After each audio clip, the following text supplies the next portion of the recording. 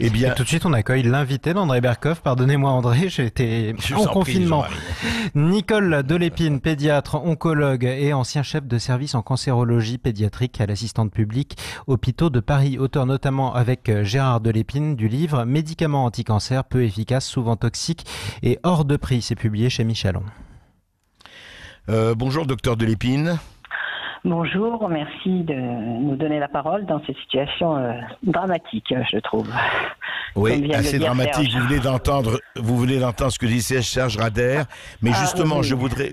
Oui, c'est assez terrifiant, effectivement, ce qui se passe et ce qui a été autorisé, encore une fois, 100% remboursé par la Sécu, hors autorisation hors AMM, etc. Mais moi, je voudrais revenir à l'article, à l'étude, longue étude d'ailleurs, passionnante, que vous avez publiée sur le site Agoravox.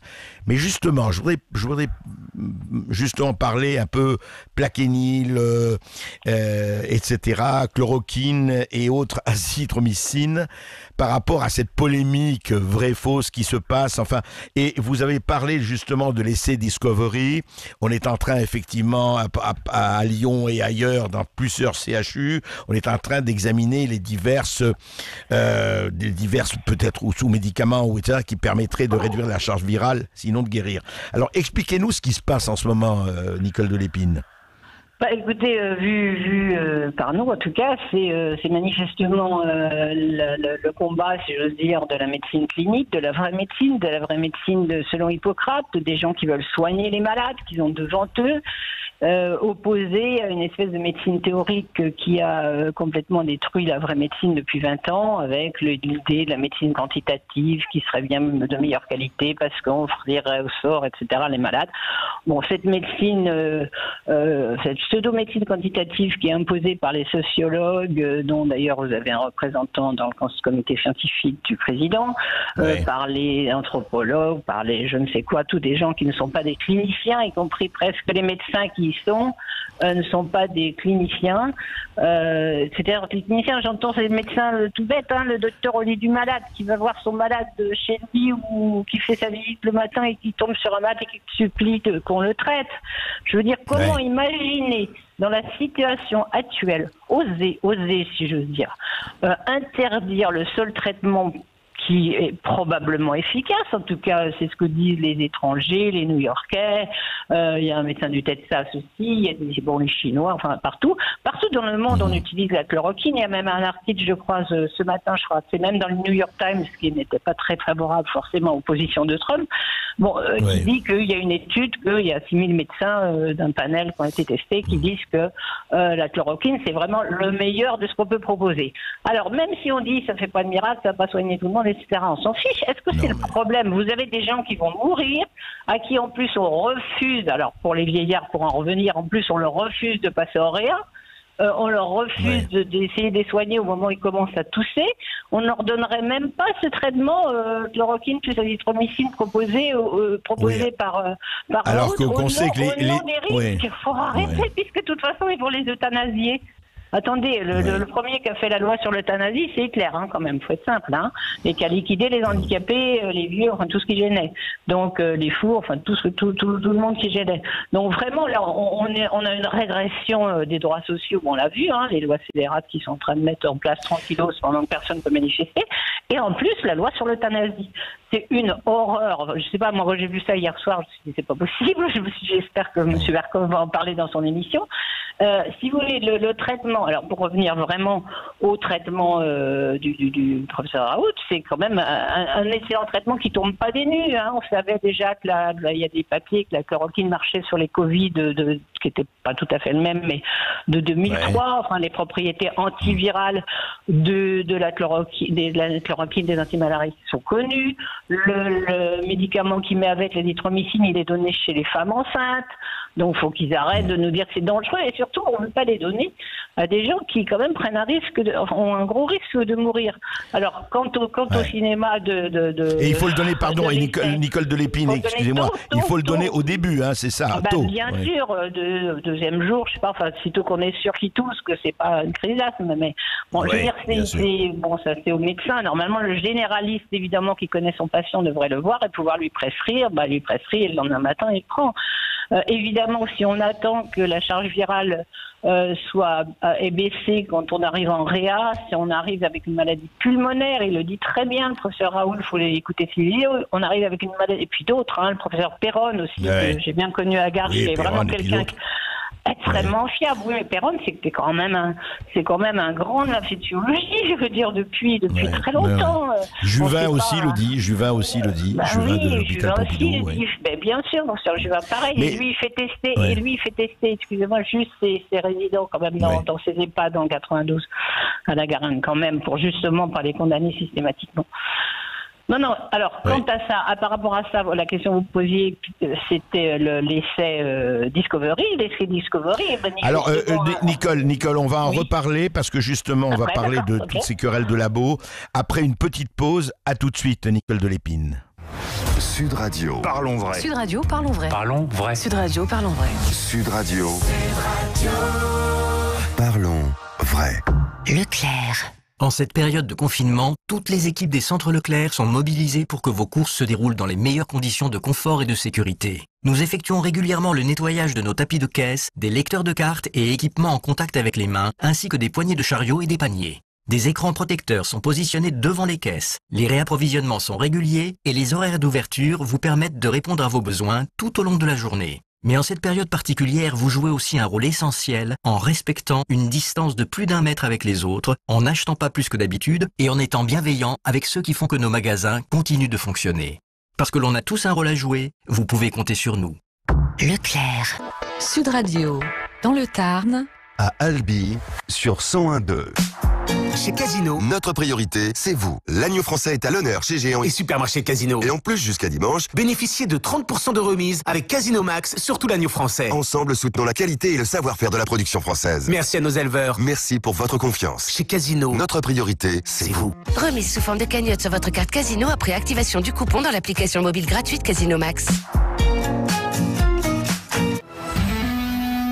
Sud Radio, Berkoff dans tous ses états, revient dans un instant. À tout de suite. Si vous êtes inscrit à Pôle emploi, il faut continuer à vous actualiser normalement. Dès maintenant et jusqu'au 15 avril, actualisez-vous comme d'habitude sur votre espace personnel sur pôle-emploi.fr ou sur l'application Pôle emploi Mon Espace. Si ce n'est pas possible pour vous, vous pouvez vous actualiser en appelant le 39 49. C'est vraiment très simple. Pôle emploi soutient l'effort collectif de confinement. Alors restez chez vous. Nous redoublons d'efforts pour vous répondre par téléphone au 39 49. Pôle emploi, on est là pour vous. Auchan. Faites vos courses en toute tranquillité chez Auchan. Tous les magasins Auchan sont approvisionnés tous les jours. Tous les gestes barrières et les mesures de sécurité sont mis en place. Auchan. Tous les collaborateurs Auchan sont mobilisés pour que vous puissiez continuer à faire vos courses en toute sécurité. Pour connaître les horaires de votre magasin, rendez-vous sur Auchan.fr. Sud Radio, Berkoff dans tous ses états. Le face-à-face. Et nous continuons notre conversation avec Nicole de l'Épine, qui est pédiatre, oncologue et ancien chef de service en cancérologie à la PHP. Et auteur avec Gérard de l'Épine de médicaments anti-cancer peu efficaces, souvent toxiques et hors de prix. Et d'après vous, effectivement, ce n'est pas du tout le cas, c'est le contraire de la chloroquine, notamment du Plaquenil. D'ailleurs, dont je signale, Nicole de l'Épine, vous le savez, que tous les stocks de Plaquenil sont, paraît-il, en ce moment réservés au traitement Discovery. Alors justement, c'est quoi Discovery ? On dit, voilà, on attend tous les résultats de Discovery. C'est quoi ? Je pense que tous ceux qui ont lu l'essai, qui est disponible d'ailleurs, si les gens veulent les voir, au-delà de notre article sur la Barbotte, il est sur le site officiel clinicaltrial.gouv où il y a tous les essais thérapeutiques obligatoirement inscrits, sinon ils ne peuvent pas être publiés. Donc en fait, c'est soi-disant pour résumer, oui. Pour comparer. Bon, alors pour résumer, ils ont fait 5 groupes, si vous voulez, c'est l'histoire des groupes de malades différents. Donc il y a un bras qui est soins standard. Bon, en gros, c'est des gens qui vont avoir simplement la réanimation, la ventilation, l'oxygène. L'autre, il y a un bras, deuxième bras, c'est un bras Remdesivir, c'est vraiment le médicament là qui veut le mettre sur le marché, là dont on a parlé. C'est celui du laboratoire Gilead, c'est ça. Voilà, Gilead, absolument. Voilà. Et donc alors, petite note, je vous le dis dès maintenant, la FDA vient de le mettre sur le marché, d'autoriser sa mise sur le marché sans l'essai. Donc les Américains peuvent l'acheter, il n'y a pas d'essai, ce qui prouve bien que la loi réunit des essais thérapeutiques indispensables pour avoir ce médicament ne s'applique quand même qu'à la chloroquine. Ah oui. Et là, il n'y a pas eu d'essai, oui, d'accord. Et il y a aussi le taux. Alors là, il y a aussi le lopinavir. Oui. On y arrive après. Le deuxième bras, c'est Remdesivir. Le troisième, donc Remdesivir qu'en France, donc il sera tiré au sort.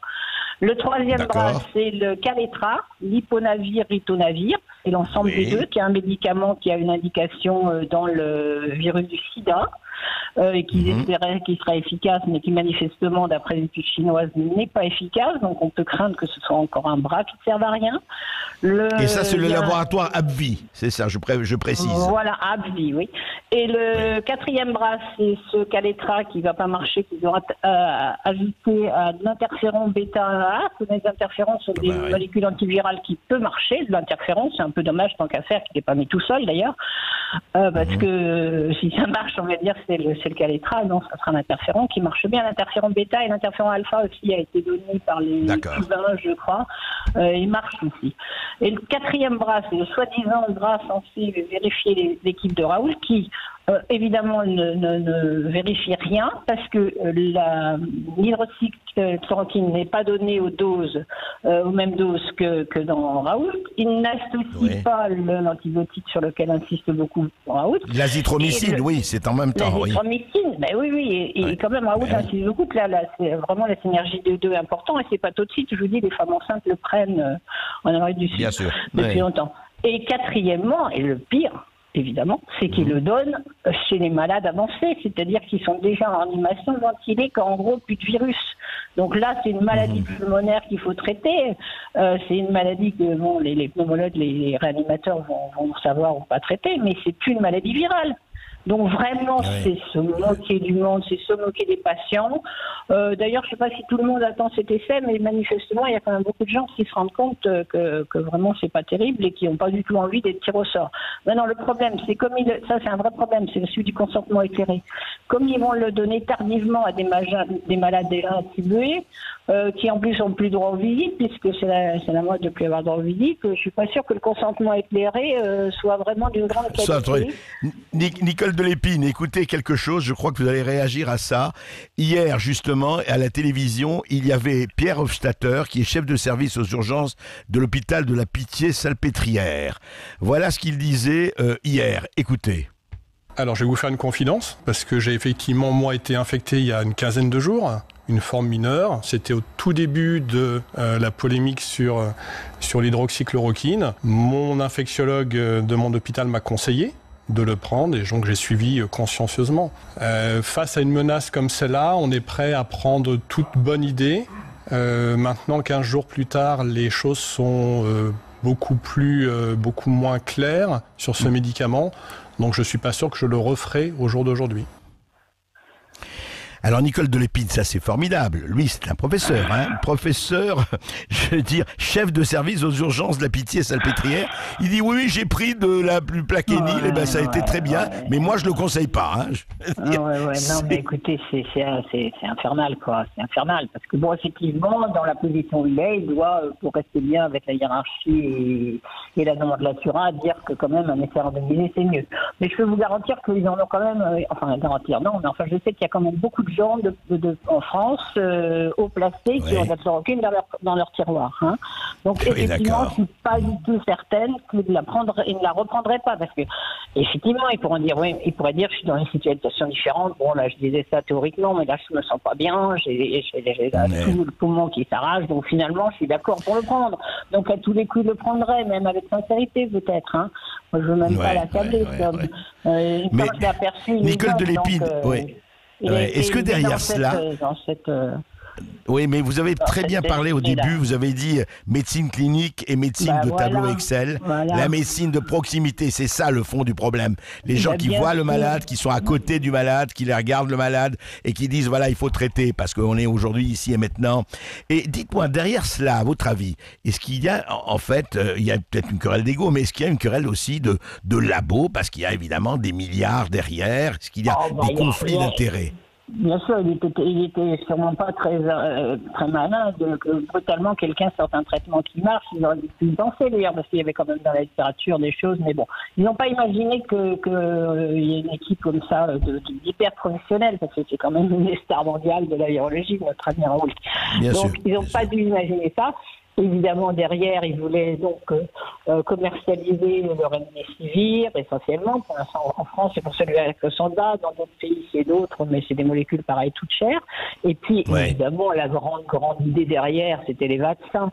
Imposer à la population entière un vaccin. Et donc là, ils sont pris de vitesse. Ils ont bien essayé quand même de se débrouiller pour dire si il faut un vaccin quand même, etc. Mais bon, c'est évidemment les milliards en rapport avec les vaccins. Vous vous rendez compte qu'on ose en France interdire la chloroquine qui est connue et qui est prescrite à des millions, voire des milliards de gens depuis 1949, et qu'on impose 11 vaccins obligatoires à des enfants. Sans essai thérapeutique en double aveugle de quoi que ce soit. La science, elle a bon dos quand elle arrange, quand même, parce que vraiment, Alors en plus, on est effectivement devant une épidémie, c'était une épidémie, même pandémie, puisqu'il y en a dans plusieurs pays. Oui. Néanmoins, on en rajoute beaucoup. On a un tableau des mortalités différentielles entre le nombre de morts du Covid depuis le début de la pandémie. Depuis 2 mois et demi, 3 mois, oui. Voilà, comparé au nombre de morts des cancéreux. Bon, alors la pandémie, c'est une trentaine, vous me pardonnerez les milliers de malades, enfin c'est une trentaine de milliers de malades, quelque chose comme ça. Là, les cancéreux, c'est 2 millions quand même. Et alors le pire, il y a eu des avortements, 30 millions d'avortements, je sais pas, enfin un chiffre absolument faramineux d'avortements. Enfin bon, les maladies... C'est autre chose, ça, c'est autre chose. C'est encore autre chose. Pas tout comparer. Ouais, mais bon, c'est parce que le tableau international donné, il mettait tout ça. Pour avoir une idée des chiffres quand même, une idée des chiffres. Donc le coronavirus, c'est à la date entre le 1er janvier et le 30 mars 2020. Une source, c'est... worldometer.info, coronavirus 36 016 décès, des mères décédées pendant la naissance, à la naissance 75 645, là je vais vous passer les petits chiffres, la grippe saisonnière 118 980, la malaria 240 000, les suicides 262 000, les accidents de la route 330 000, etc. Non, bon, encore une fois, ça ne veut pas dire qu'effectivement cette grippe-là, elle nous surprend un peu, parce que c'est vrai que ces signes cliniques, pour ceux qui l'attrapent, sont durs. Moi, j'ai eu plusieurs amis qui m'ont téléphoné, le vivant, etc. Mais je peux vous assurer que pendant 15 jours, ils ont quand même tremblé. Et ils auraient été chanceux, comme le médecin que vous avez passé, ils auraient pris l'hydroxychloroquine. C'est un médicament. Enfin, ils en ont pris éventuellement quand ils s'étaient en vacances. Et là, on leur interdit. Mais on est dans le délire absolu. C'est un délire... c'est pas un délire d'égo, je crois quand même. C'est effectivement un délire de milliards. Je crois que c'est les vaccins qui sont quand même derrière tout ça. Parce que c'est pas possible. C'est insupportable. Vous vous rendez compte ce que vivent les soignants là? Déjà, ils n'ont pas de masque, ils ont tout ça. Bon, ils vont en contact du malade, ce qu'ils vont vivre dans les EHPAD. Leurs petits patients, leurs petits vieillards, leurs petits vieux, pour être gentils. Ah oui, leurs petits vieux. Quand même, c'est leurs petits vieux dont ils s'occupent avec amour. On en connaît des gens qui travaillent là-dedans. Et ils les voient commencer à tousser, ils n'ont rien le droit de leur donner. Rien. Alors, même pas l'hydroxychloroquine parce que c'est dangereux, ça va les tuer. Non, dans 15 jours, ils vont les euthanasier. Faut arrêter, là. Il y a quand même... J'espère que grâce à votre émission et à d'autres, j'espère qu'il y en aura plein partout, les gens vont d'abord, exiger que tous ces vieillards enfermés aient droit à des visites. Ils sont en fin de vie, de toute façon, même s'ils n'ont pas tout de suite les droits à des visites. Non, mais au moins qu'on fasse quelque chose. Chloroquine, et plus l'azithromycine. Ça va faire un danger. Il va mourir un petit vieux parce qu'il aura pris ce traitement de Raoult et les autres, ils vont tous être euthanasiés. Faut quand même arrêter, là, on est dans le délire. Moi, si franchement, honnêtement, j'ai la chance de vous dire, avoir personne en EHPAD, franchement, actuellement, mais moi, j'aurais une maman ou un papa, j'irais vite le sortir le temps que ça se calme, car, et puis, dans un mois, bon, on pourra retourner, mais il faut les sortir, là. Mais vous imaginez la souffrance du soignant qui va voir sa personne dont il s'occupe le plus possible. Depuis des années aussi, depuis longtemps. Avec des difficultés. Et brutalement, on va lui refuser le traitement dont il entend partout à la radio. Quand même, ça marche. Les citoyens sont pas idiots. Ils ont bien compris qu'en gros, ça marchait. Bon, alors après, ça marche sur 10%. Bon, on s'en fout. On va ne pas leur donner une chance. Mais enfin, je veux dire, moi, médecin clinicien au lit du malade, on a toujours essayé de faire comme ça, donner les meilleurs soins en fonction des données actuelles de la science. Et je suis désolée, les données actuelles de la science montrent que le traitement de Raoult marche, en tout cas une chance de marcher chez beaucoup de patients, même si c'est pas chez tous. Oui, même si on n'a pas tous les... Mais on s'en fiche. Je veux dire, on n'a rien. En fait, non, mais vous dites médecine de proximité, regardez le malade aujourd'hui, ici et maintenant. Quoi, la vraie médecine, c'est-à-dire, c'est la vraie médecine, c'est pas la médécine. Pas la médecine du tableau Excel. Pas la médecine du tableau Excel. Absolument, ni des directeurs d'hôpitaux qui veulent qu'on économise des lits. Franchement, là, nos patients Covid, s'ils veulent pas les traiter dans les EHPAD, eh ben, qu'ils les mettent dans tous les lits vides. Il y a plein de lits vides en clinique privée sous prétexte qu'on attend la vague. Ah ouais, on attend la vague. On va surtout avoir la mettre de décès. Vous avez vu ce qu'ils ont osé faire? Ils ont ouvert à Rungis un hall réfrigéré pour mettre les morts. Absolument. Une gigantesque morgue à Rungis. Absolument. Une grande morgue à Rungis. Qui est quand même un marché alimentaire pour les gens qui... Oui, c'est intéressant. C'est intéressant. Nicole de Lépine, restez avec nous. Oui, pardon, restez avec nous. Nous allons... Allez-y. Ils ont livré des ours mortuels dans tous les EHPAD, alors qu'ils n'ont pas livré de masques. Oui, c'est bien, oui, c'est vrai. Ous, oui, masque, non. Restez avec nous, nous allons accueillir dans quelques minutes les auditeurs de Sud Radio. Ils auront sûrement des questions à vous poser, docteur de Lépine. À tout de suite. Et vos appels d'ailleurs au 0826 300 300. On est ensemble jusqu'à 13h20. C'est votre tour de venir témoigner sur Sud Radio. On se retrouve juste après les informations en compagnie d'André Berkoff. Sud Radio, Berkoff dans tous ses états. Et les Français veulent savoir ce que pensent les Français. Avec le docteur Nicole de Lépine, c'est à vous. On vous écoute. 0826 300 300. On part dans le Gard. On donne la parole à Eric sur Sud Radio. Oui, bonjour Eric. Bonjour, monsieur Berkoff. Déjà, juste un petit préambule.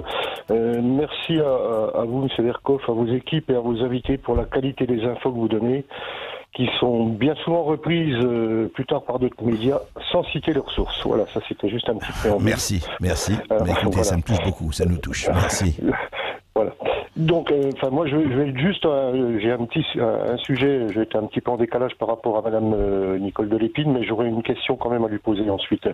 Je voulais juste dire, suite à ce qui s'est passé sur le tarmac en Chine concernant les rachats des masques par les États-Unis, moi, je pense, le président Trump, il joue sa réélection, donc tout pour les Américains. Donc les masques, gants, blouses, respirateurs et autres tests, médicaments dont parlait aussi Madame de Lépine, je pense que les États-Unis vont tout rafler et ensuite ils vont venir au secours de l'Europe comme en 44-45. Je pense que ça risque de se passer comme cela, hein, puisque comme on dit, le business continue.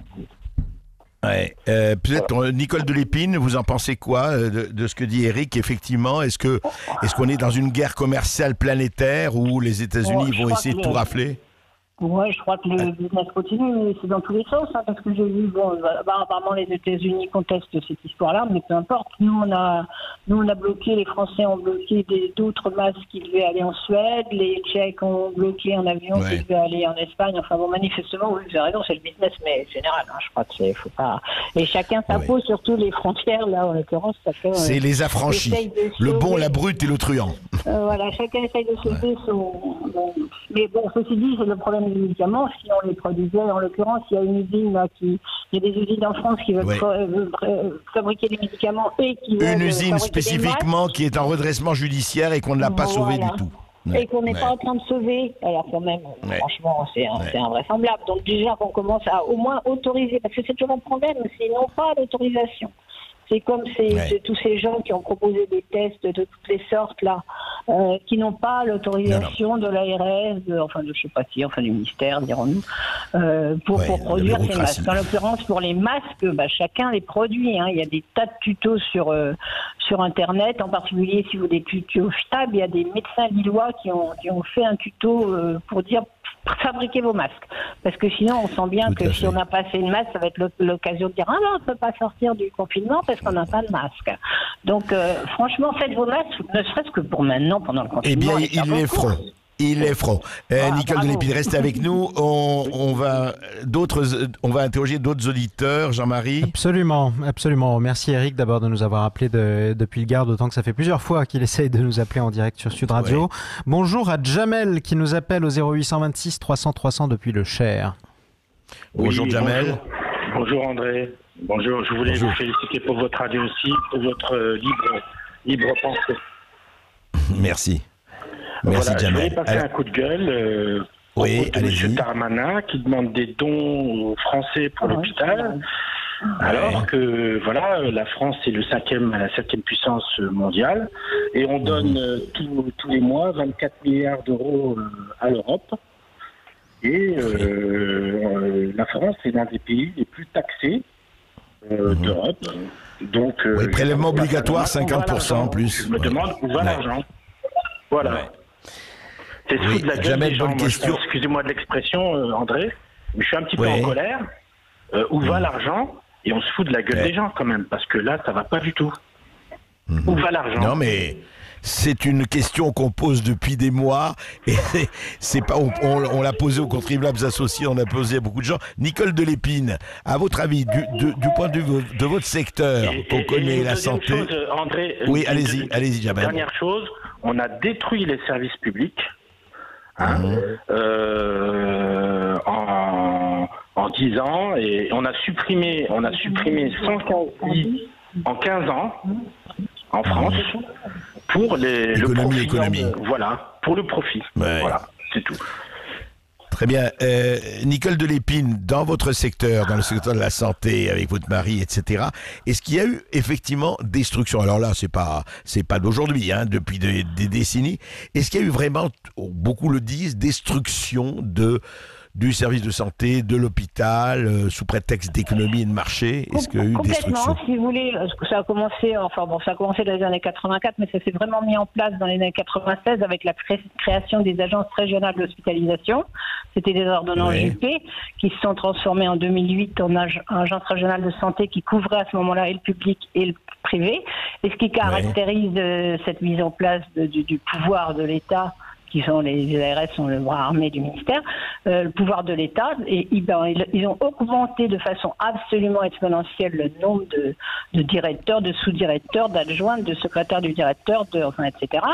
Multipliant par 10 la bureaucratie, l'administration, absolument, et en mettant au pas les médecins qui sont devenus les ouvriers spécialisés de la santé. C'est pas vexant d'être ouvrier, néanmoins c'est bien aussi qu'il y ait quelques cadres, et il n'y a pas de cadre en santé, puisque nous n'avons plus la parole dans les décisions médicales, comme l'a entériné la cerise sur le gâteau, c'est la loi de santé de Marisol Touraine, dont je rappelle que le rapporteur était Olivier Véran, et qui a consacré dans son article 1 que c'est l'État qui décide des choix de santé. Effectivement, c'est eux qui ont décidé d'obligations vaccinales, c'est eux qui décident des schémas de traitement dans le cancer, parce qu'une parenthèse,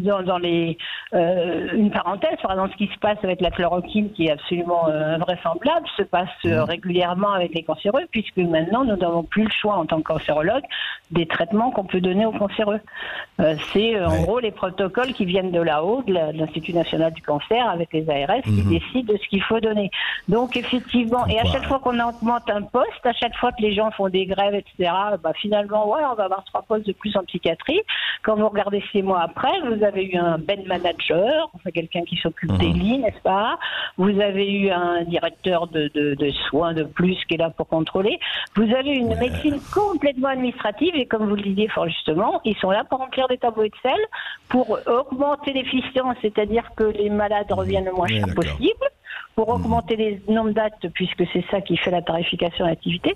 C'est une destruction volontaire et active du système de santé, oui, pour arriver à ce que, j'imagine, enfin ça c'est évidemment, c'est une pétition de principe, mais pour les passer par les Français disent ce système-là public ça marche pas, allez, faut du privé. Et là on vend à la Générale de Santé, on vend effectivement aux grosses boîtes, et on fait disparaître toutes les cliniques privées qui étaient à visage humain et qui ont été soumises absolument au même dictat de l'administration. Non, mais le service public était aussi à visage humain, mais justement, on l'a complètement rigidifié et bureaucratisé. Voilà, on l'a tué. Jean-Marie, d'autres... Oui, Jean-Marie. Merci à Jamel. Direction le Val-de-Marne, 0826 300 300. On retrouve Luc sur Sud Radio. Oui, bonjour Luc. Bonjour André Gavarkov, j'espère que vous allez bien. Ça va. Bon. Écoutez, vous m'avez coupé l'herbe sous le pied parce que effectivement j'ai appris ce matin de bonne heure pour parler de cet article de loi là qui passait en loose day, on peut dire. Grâce à nous, il passe plus en loose day, vous voyez, on l'a sorti. Voilà, exactement. Et je vous en remercie.